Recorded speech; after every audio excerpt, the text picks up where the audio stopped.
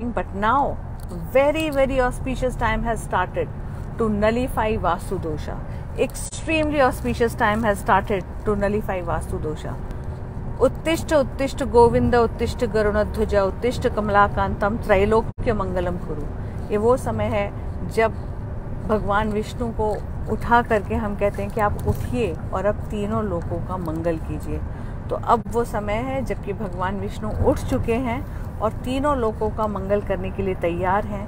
इसीलिए इस समय पर जो भी कोई पूजन किया जाएगा, हवन किया जाएगा, वास्तु दोषों का निवारण किया जाएगा, जो शादियां इस समय होंगी, जो कॉन्ट्रैक्ट इस समय साइन होंगे, जो भी बिजनेसेस इस समय प्लान किए जाएंगे, वो बहुत अच्छे माने जाते हैं। इसीलिए जब से देव सोते हैं, अभी इस समय जब देव उठ रहे हैं, उस समय बहुत मेजर इम्पॉर्टेंट काम नहीं किए जाते। लेकिन अब हमारे पास वो समय है जबकि हम ये सारे इम्पॉर्टेंट काम कर सकते हैं। वास्तु दोषों को दूर करना है तो वास्तु के हवन करने हैं, वास्तु के जप करने हैं। वो तो हालांकि we do throughout the year, लेकिन ये टाइम तो बहुत ऑस्पिशियस माना जाता है गृह प्रवेश के लिए। This is an extremely important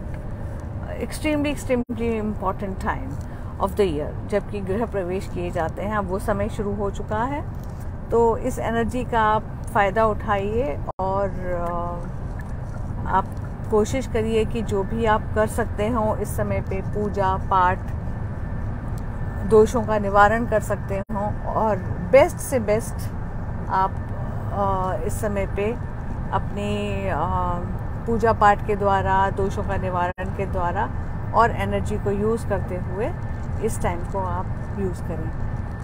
दूसरी बात ये कि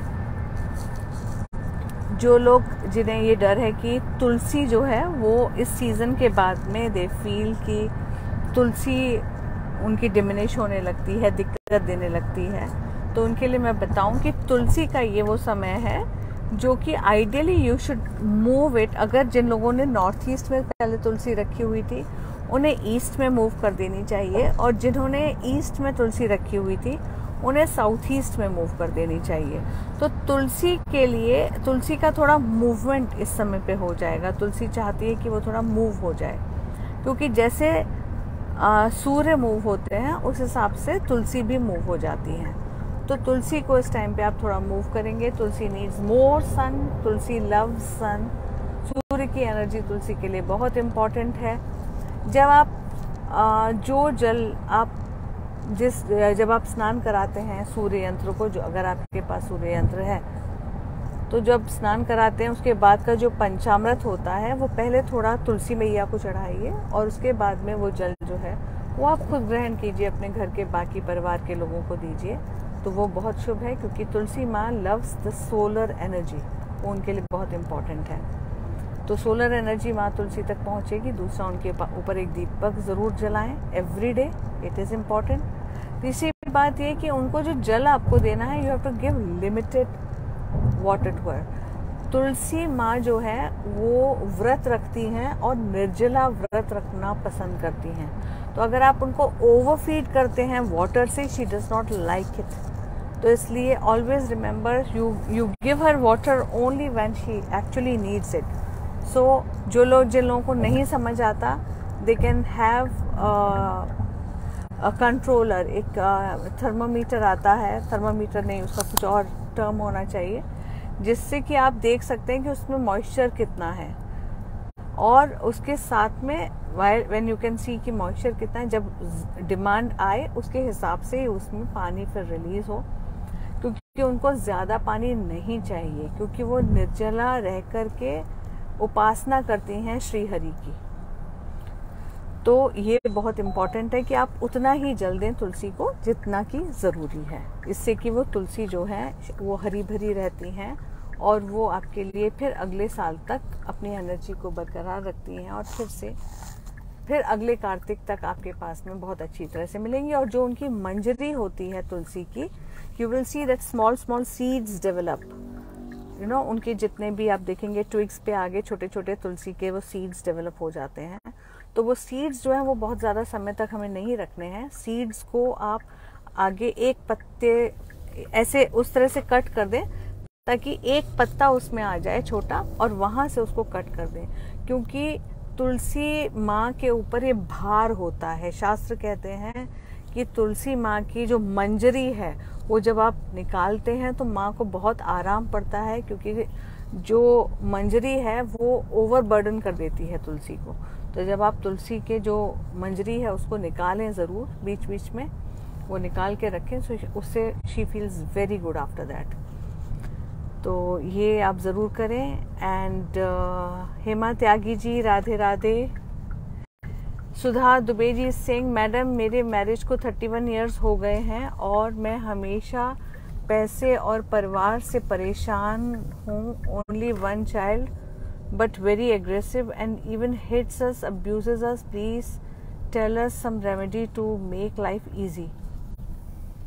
सुधा Dubey ji, that's sad to know, क्योंकि ये अब तो बहुत अच्छी बात नहीं है जो आप मुझे बता रही हैं, सुन के दुख हुआ हमें। लेकिन मैं आपसे ये कहूँगी कि पहले आप देखें कि आपका जो बच्चा है वो कहाँ सो रहा है, कहाँ उसका बेडरूम आपने प्लान किया हुआ है।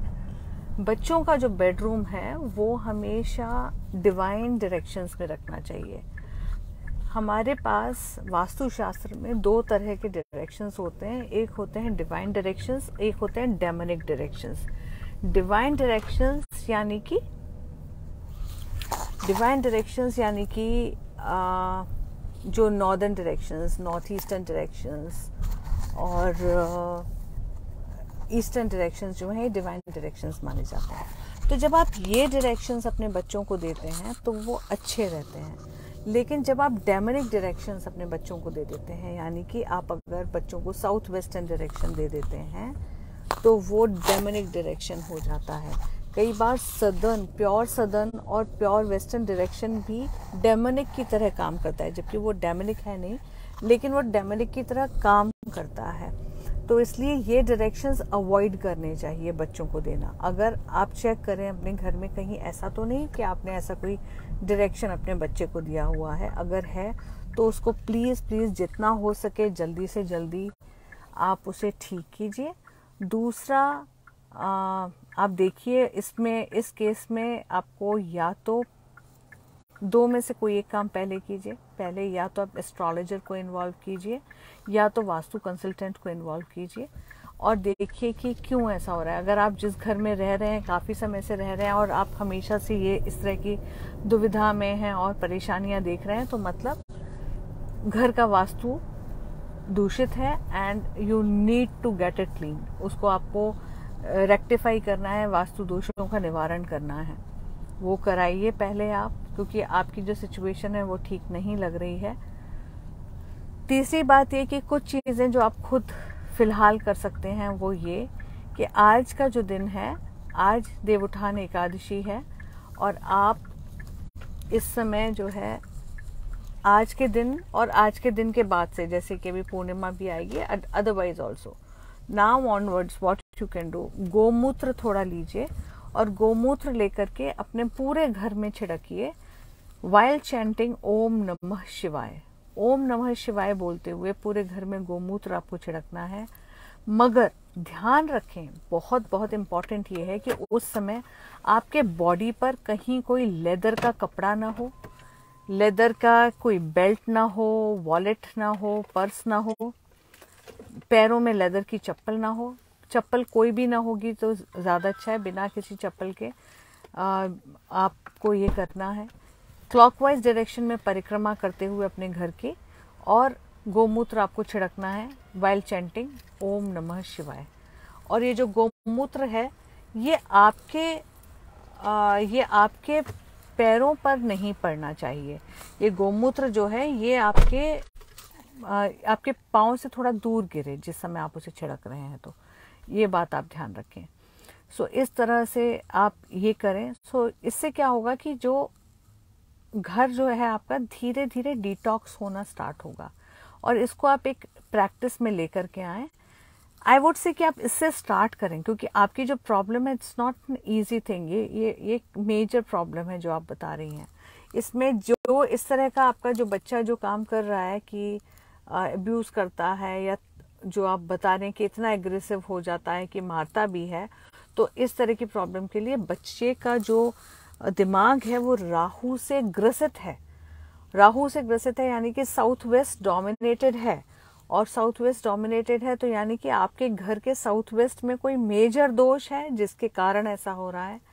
तो इसलिए आई वुड वांट कि आप पहले उसको ठीक करें, उसे चेक कराएं। मुझे नहीं पता आप कहाँ से कनेक्ट कर रही हैं, आप दुनिया के किस भाग में हैं, तो प्लीज़ आप यहाँ से एटलीस्ट स्टार्ट करें।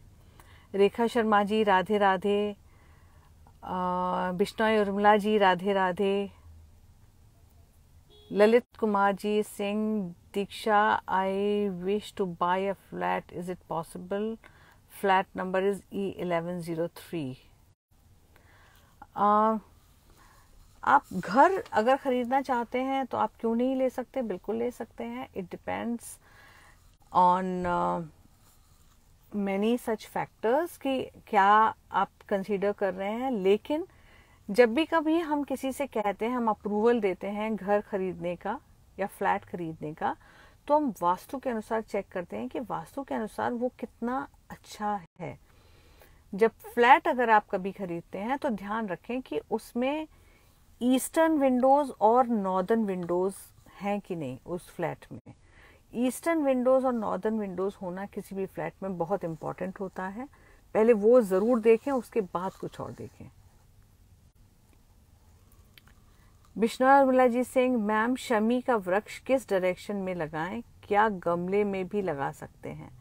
देखिए बिश्नोई उर्मिला जी, सबसे अच्छा डायरेक्शन तो जो शमी के वृक्ष के लिए होता है वो है वेस्टर्न डायरेक्शन, यानी कि आपको जो आपके घर का पश्चिमी भाग हो वो सबसे अच्छा होता है। लेकिन अगर ये न मिल पाए तो क्योंकि ये डिवाइन पौधा है शमी का, इसलिए आप अगर आपको वेस्टर्न नहीं मिल पाता है तो आप इसको ईस्टर्न जोन में भी लगा सकते हैं। Sapna Gaur Bhumiya ji Radhe Radhe,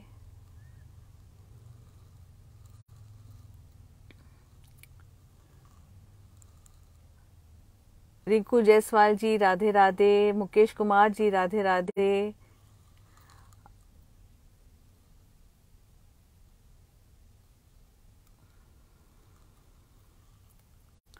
Lalit Kumar ji is again asking the same question.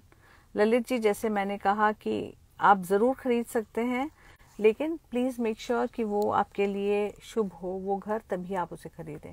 Sudha Dubey ji Singh, ma'am I am from Korba Chhattisgarh, I am in a transferable job but the problem is continuing. अगर आप ट्रांसफरेबल जॉब में हैं और प्रॉब्लम्स आपको आ रही हैं कंटिन्यूसली, अगर आपको लगता है कि जब से आप इस घर में आई हैं ट्रांसफरेबल में, तब से आपका बेटा, जो मुझे लग रहा है कि तब से ज़्यादा वाइल्ड हुआ है, तब से ज़्यादा इस तरह की हरकतें कर रहा है जो आप बोल रही हैं, तो हो सकता है कि साउथ वेस्ट जो आपके घर का है वो दिक्कत दे रहा है। Otherwise please involve in astrologer. अगर हमेशा से आपको दिक्कतें रही हैं then you need to involve in astrologer, you need to consult an astrologer, a good astrologer, और उनको आप अपने तीनों का हॉरोस्कोप चेक कराएं, अपना, खुद का, अपने बेटे का और अपने हस्बैंड का। सबसे पहले बेटे का हॉरोस्कोप चेक कराएं और उसके बाद देखें कि वो क्या कहते हैं।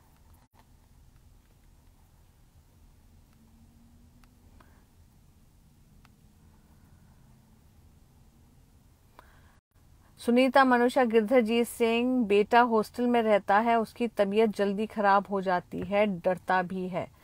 अगर बेटा डरता है, हॉस्टल में रहता है, जल्दी जल्दी तबीयत खराब होती है, तो आप बच्चे से कहिए कि एक तो हनुमान चालीसा का पाठ, नियम बना ले कि बच्चा सोने से पहले हनुमान चालीसा का पाठ करके ही सोए, और अपना सिरहाना जो है, I think you are connecting from India, सिरहाना जो है वो सोते समय चेक करें कि कहाँ है।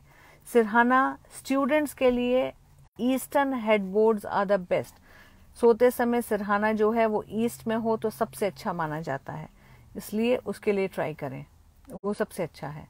और सोते समय हनुमान जी का पाठ करके तब ही सोए और हनुमान जी का ध्यान करें।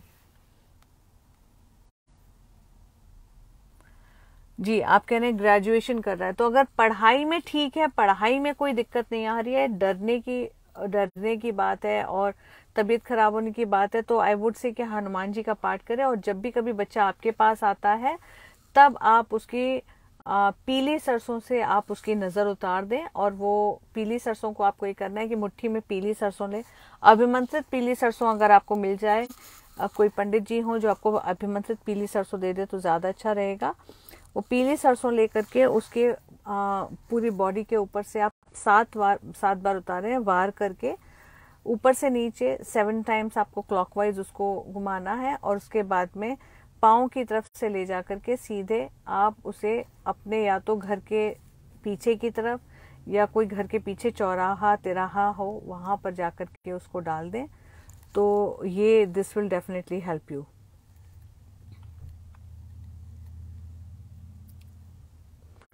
Hey Srivastav is asking, can we use mustard oil in Ekadashi? Yes, you can use mustard oil in Ekadashi.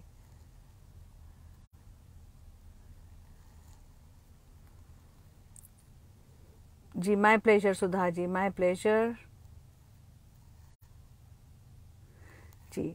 तो चलिए अब समय हो चला है आपसे विदा लेने का। अगले हफ्ते फिर कनेक्ट करेंगे विद सम मोर क्वेश्चंस, एक नए टॉपिक के साथ। तब तक अपना ख्याल रखें, ध्यान रखें। आज जैसे हमने डिस्कस किया कि Devotthan Ekadashi is all about sweetness. Sweetness को आपको अपने लाइफ में लेके आना है। स्वीटनेस लेके आए, गन्ने की पूजा करें, शकरकंदी की पूजा करें, भोग लगाएं, उसका भगवान को चढ़ाएं और उसके बाद में आप ग्रहण भी करें वो। बट मोस्ट इम्पॉर्टेंट इज़ कि आप वो स्वीटनेस को अपने लाइफ्स में लेकर के आएँ, which is very very important. Rinku Jaiswal ji is asking a question, Laddu Gopal ji के उतारे हुए कपड़ों का क्या करना चाहिए?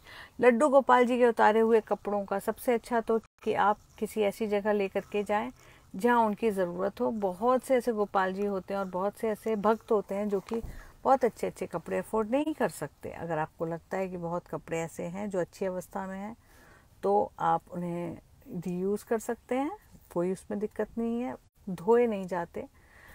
या फिर आप एक कंपोस्ट रेडी करें। कंपोस्ट यानी कि एक अपने बैकयार्ड में, फ्रंट यार्ड में या एक सामूहिक तरीके से एक ऐसा कंपोस्ट बनाएं जहाँ की भगवान जी के सारे कपड़े या जो सामग्री, पूजन सामग्री, फूल जो आपके पूजा के बचते हैं, उन सबको आप वहाँ पर डाल करके and then you can create एक नेचुरल कंपोस्ट वहाँ पे बनाया जाता है, जहाँ की वो धीरे धीरे करके वो अपने आप ही जो 5 एलिमेंट्स हैं उसमें वो लीन हो जाएगा।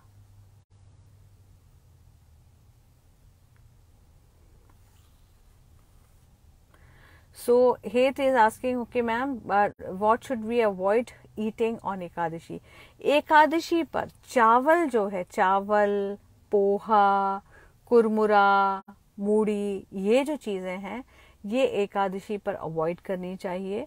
बिकॉज एकादशी का जो दिन है वो बेसिकली, एक तो you should try to refrain from serials, any kind of serial, specially अगर हो सके तो अगर आप आटा भी न खाएं तो और भी अच्छा है, दाल भी न खाएं तो और भी अच्छा है। और अगर आप फ्रूट बेस्ड यानी कि कूटू एंड बेसिकली फ्रूट्स पे अगर रहते हैं तो सबसे अच्छा है। लेकिन अगर आपको खाना भी पड़े तो आपने सिंघाड़े का आटा खाया या कूटू का आटा खाया जो कि फ्रूट बेस्ड है, वो अगर आप लेते हैं तो इट इज़ ओके। लेकिन चावल जो है वो तो एकदम अवॉइड करना चाहिए।